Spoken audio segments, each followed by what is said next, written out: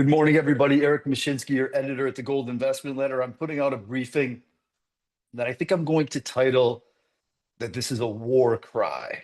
And the reason I'm calling it that is for us, those of us that are involved, even it's a small community of investors and people in the world, and we are vital.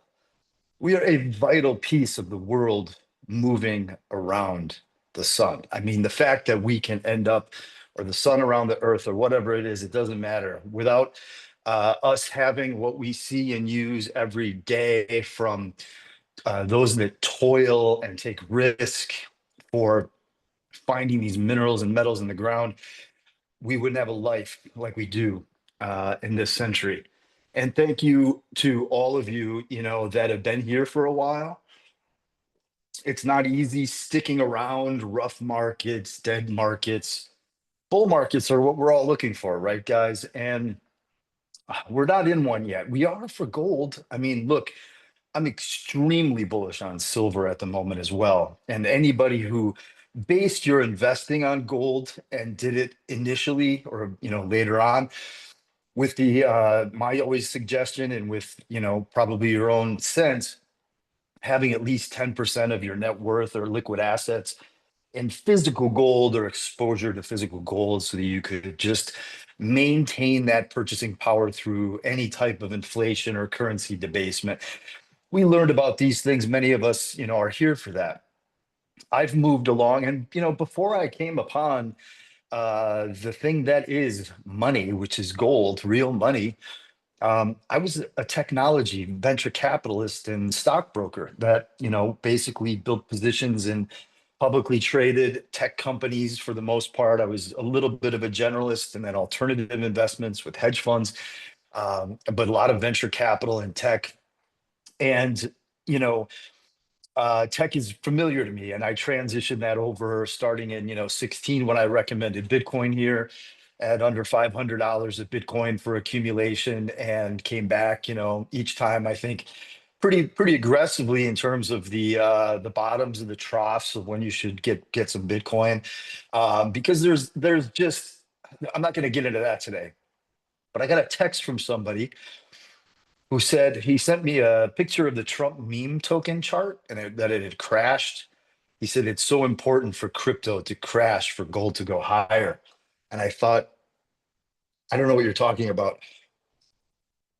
I guess I could see how somebody could think that, but Bitcoin and gold are complementary assets.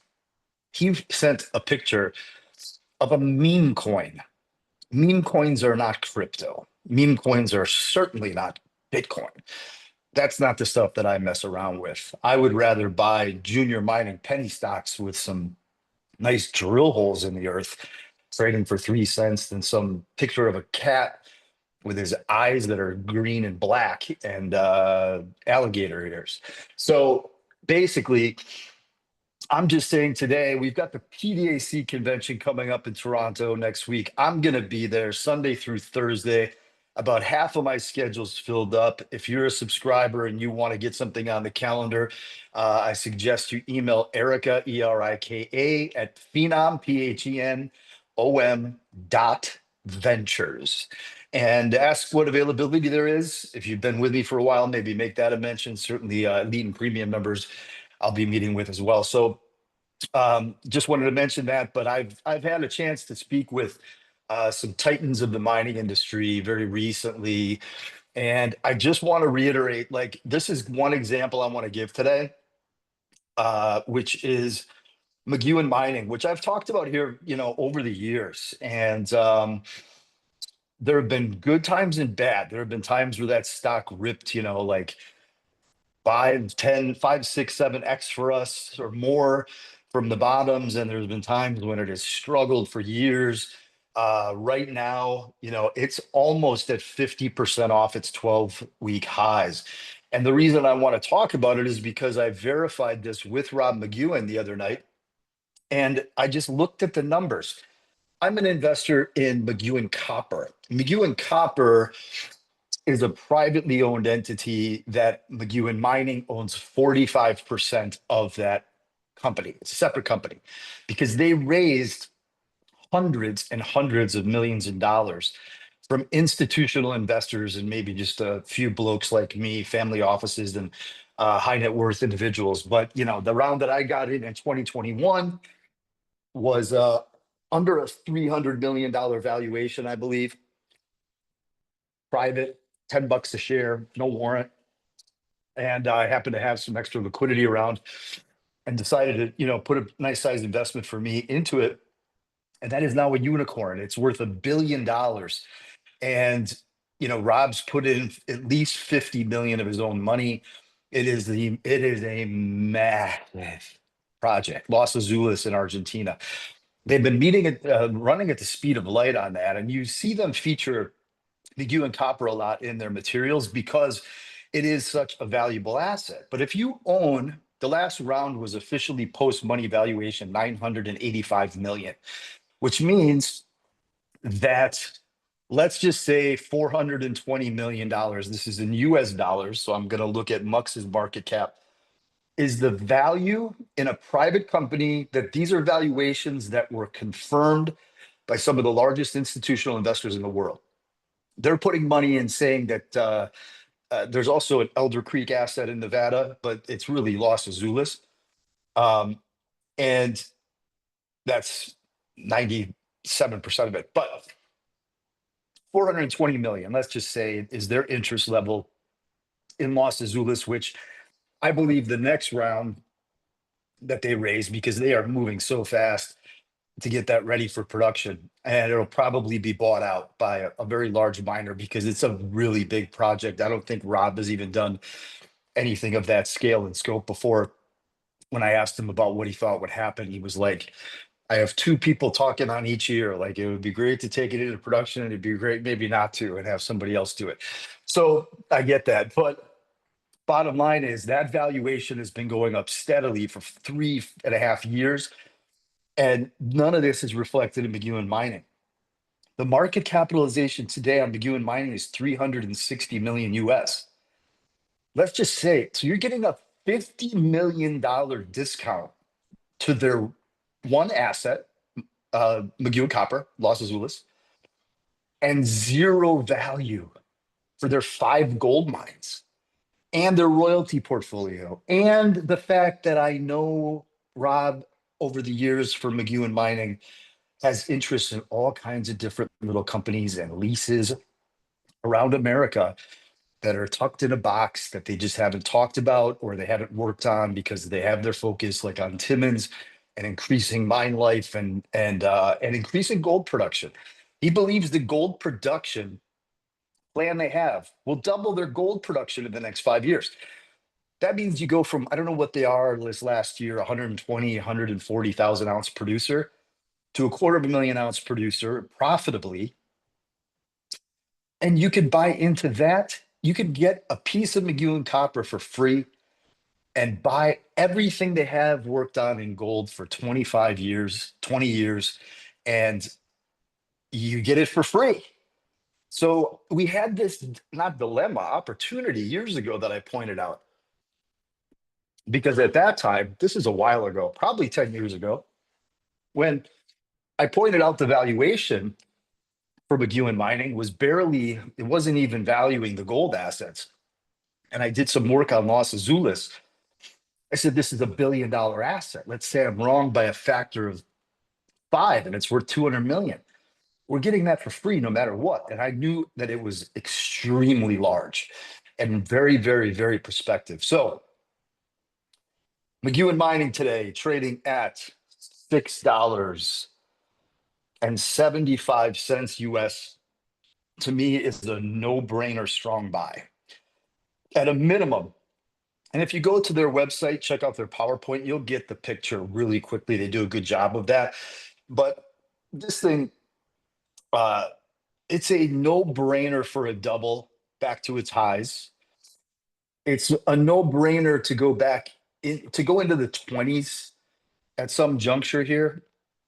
I mean, imagine if they sell Los Azules and they get a $500 million check. Like, this could happen like this year. So I'm not saying it's going to, but at some point I think it will, or they get stock in Rio Tinto. I'll take it, whatever it is, you know. But in any event, uh, I do believe we're looking at we're pretty suppressed on mucks. Stocks like mucks are getting near the point where it's like I just bought 10,000 more shares 2 days ago after I met with Rob. So what's today? Friday? Yeah, I don't know. I don't remember anymore. But basically, it was a couple days ago. And I'm building my position there because it's one of the tiers where instead of some of these really high risk penny stocks that can just be stuck for a while, McEwen just did a convertible debenture. They're looking at deals to acquire. They've got cash in the bank. They're improving their gold profile. Los Azules is moving at light speed. Rob McEwen, the CEO, takes $1 salary. He's put in over 200 million of his own money. Where do you see stories like this? So I would really, really recommend grabbing some McEwen and just sock it away. Um, one way to play that type of a deal is when you double your money, you just take half of it off and let the rest go forever, and see what happens. Or sell a third at a double, get most of all of your principal risk out. You don't have to worry about anything. And then you can see if it goes to 50 or $100. Because when we finally get a real gold bull market in mining stocks, it's going to be that type of environment. And it's not even that outlandish. I also just want to say that I feel we are going to be sparked into a bull market in miners and junior mining companies potentially soon because of the critical minerals problem faced by the United States. There is going to be, as I put out with one of my recent pieces, a tsunami of capital. It's on my blog if you want to go check it out. A tsunami of capital is coming into the North American mining sector. I've discussed this with a couple of people recently as well. We need generalist investors because our little crew here, it's not so little, but it's small. We are a little part of the capital market system, certainly in the United States. I mean, there are very few people that I know on the American side of the border that has continued to fund and finance and come up with capital to maintain small junior mining companies to push their projects forward. Most of them in the US. I have so many in Nevada, but many in Canada, and elsewhere. It's just going to need broadening. And what brings broadening? What brought broadening adoption into Bitcoin? Price move. Critical minerals prices are going through the roof. Vanadium is coming. Phenom Resources has had, uh, it's not been a bad performer compared to a lot of others, some junior mining stocks, but it hasn't hit for us yet. And I've been putting money into this for over 4 years aggressively. I own 8.5% of the company. Rob owns right around 8. Um, and we put most of our money into Phenom at 40 and 50 cents Canadian. It's at 26. And I'm not in that for a triple. Okay. We have a massive asset there. Just for those of you that do follow, these special situations, we have a gold exploration portfolio in Nevada that is world class, led by the Dobbin project. If you go through this weekend and look at some of the results from that Dobbin, even the initial field programs, soil samples, chips, that is going to be a banger. That is going to be a banger. The only real weight there is how long does it take to permit for drilling. But then we have Crescent Valley. They're going back out in about within 60 days. It's a weather issue. They just raised, I think Phenom will close on like 1.8 or $9 million in financing oversubscribed that was upsized, probably closed by Monday so they can talk about it at PDAC. I think it's all done. My money was in on Monday. And I continue to support it. I continue to be behind it. That company has got too many of my loved ones and people I care about in it. I'm not a guy now at this point in my career where I'm trying to run all these different deals and say that it's like, I'm the big guy behind it. And essentially, it's not going to go to zero because I'll make sure it doesn't and we'll turn it around. I'm not that type of an investor normally anyway, but with Phenom, I am. I will do whatever it takes for this deal to succeed. You will see it back in the dollars per share before I'm dead. One of the two. So anyway, we have 3 pockets in the vanadium business that are very unique and very significant. Vanadium actually got a bid in December. It jumped 17%, came back down, hasn't budged in China. But all of these critical minerals stories are starting to come to the foray uh, in interesting places, let's say. So that I believe we could see legislation passed in the US where for the first time ever, Americans are given a moratorium on capital gains taxes. Red tape is cut for permitting. If you invest in any private or public mining companies that do work drilling on any US soil, I think something like that is in the works. I have never been one to say like I'm politically connected nor that I care. Um, I'm more of a capitalist and a libertarian that just like I look at free markets. But I am privy to information in the Oval Office just from luck, chance, if you will. And Trump did it last time too. You know, he cut some red tape, and that's what they want to do. I'm in discussions with certain folks that really all I want to do there is connect them with the CEOs of these companies and they can tell what their challenges are with permitting and such. And that will happen soon, but there's already so much in motion. So there's going to be a rush for this stuff. And I think we see things like, you know, where Metallus Resources has this antimony at 1 to 4% laying on the ground in Idaho next to the one permitted mine that's going to be producing some stibnite, which is antimony byproduct, you know, in 3 4 years. The United States is a big problem with that one because it is very much required in anything to do with military munitions, essentially. Joe Biden gave away 40% of our stockpile to Ukraine. 40. I had it verified by a special ops division leader in a non-classified document because I didn't know what we were looking at. And that's a problem because we don't even have probably 3 years of availability because it's so concentrated. 80% of antimony goes through China and they just cut us off. 50% is their own internal production. The rest of it comes from Tajikistan and Russia. And then nobody else produces hardly anything. What are we going to do? We have antimony here in America. We got to get busy. So it needs capital flow and action. And you know as well as I do, an average project, what people are going to learn is that an average project from when you discover a potentially economic grade assay or drill result to when you can pull product out of the ground in a mine is like 15 years. Easy. So that is going to have to be accelerated dramatically with all hands on deck. And I think that our sector this year is going to get some unique coverage where the average Joe down the street is going to be like, what?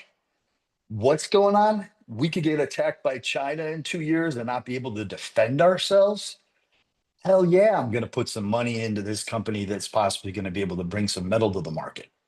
Trust me, I don't know for sure if that's going to happen, but I think it's very likely. In fact, I'm already seeing it subtly, but I'm seeing it with the smartest investors in the world. I've got tech folks that I know, VCs in Silicon Valley, that are now taking stakes in junior mining companies.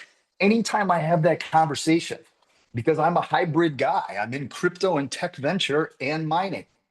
And I start talking about this and they're fascinated and they go buy whatever we talk about, do their own homework. There are others, though. I'm hearing it from CEOs that are like, I had a random call from 2 Silicon Valley investors that want a piece of our next placement.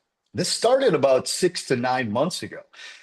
So, what I wanted to say with the war cry, guys, is like, it's easy for us to give up and just move on with our money. And this has been a very hard sector, very frustrating sector for good investment returns. And I am not one to say, put all your money in mining stocks. You would know, like with my elite members, premium members, I beg them not to put, you know, even half of their money that they have into one sector, in this sector. I happen to have half of my money, almost half of my money, a little bit less than that, just because I have half of my money in crypto because it has increased quite a bit. But I've been moving those monies over back into the mining sector the last some periods of time over the last 12 months. So yeah, maybe it's 50-50 again. Call it 40-40. I mean, I own real estate and I have some gold and I have some healthcare hedge funds and things like that that are non-correlated. So I'm not talking completely, but I have the majority of my net worth is in mining and in crypto tech. So, but I also been doing this since I'm 20 years old and I manage my own money. But some people just go into these things and they're like, you like to gamble and stuff like that. I get it. But this is serious business for me. I'm not here to lose money. We take hits all the time as a part of a venture capital model, which is what I consider the junior mining sector. Meaning, you know, you at least need to put 10 or 100 grand into 10 different deals and give them time. And all you need is one to hit big, and you can have five of them go to zero, two of them go down 70%, one of them stay flat, one up 2x, and you have world-class returns. Okay. So that's the way the VC model works. I would just encourage you guys, approach it that way and maybe renew it if you're here to stay, because it's almost, I think,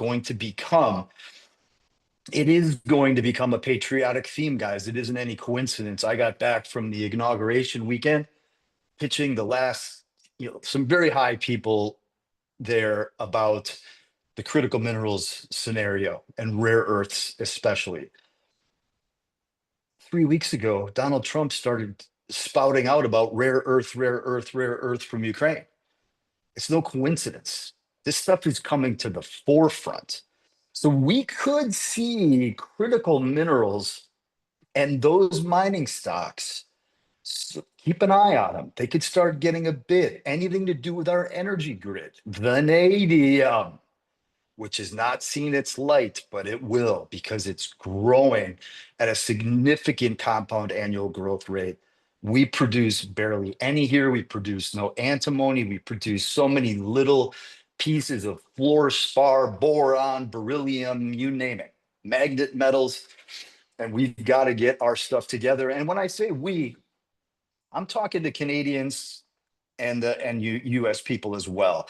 The tariff talk aside, that'll get worked out when it comes to this stuff, because it's very important. And we have a border to share and security to share. But in any event, and I'm not a warmonger, I think World War III started over 20 years ago, guys, when China started locking up all the rare minerals around the world. We're just figuring it out now. That's all. They didn't have to shoot a freaking shot. That's my opinion. I'm not worried about an attack with airplanes and nuclear bombs.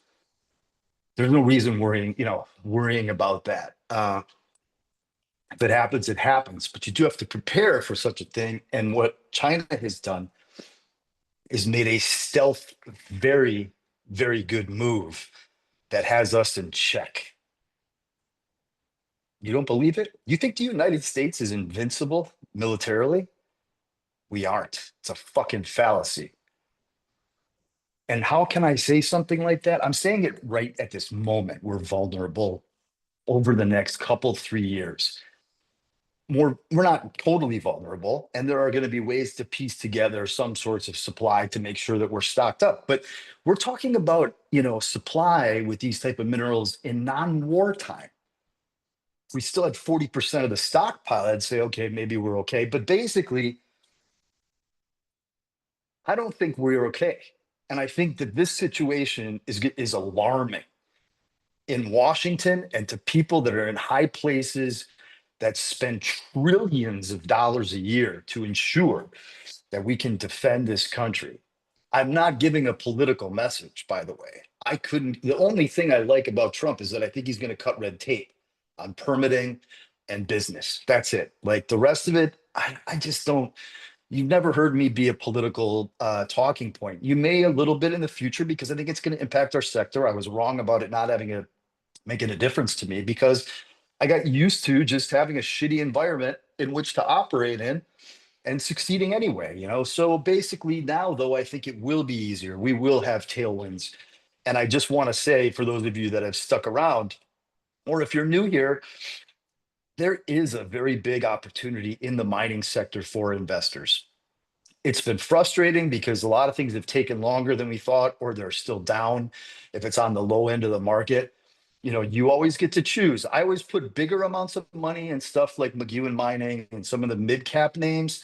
And then I put, not necessarily. I mean, I've got my biggest investment ever in Phenom Ventures or Phenom Resources, Phenom Resources, and then, McEwen, and I still like its top four giga nickel, which is hated right now.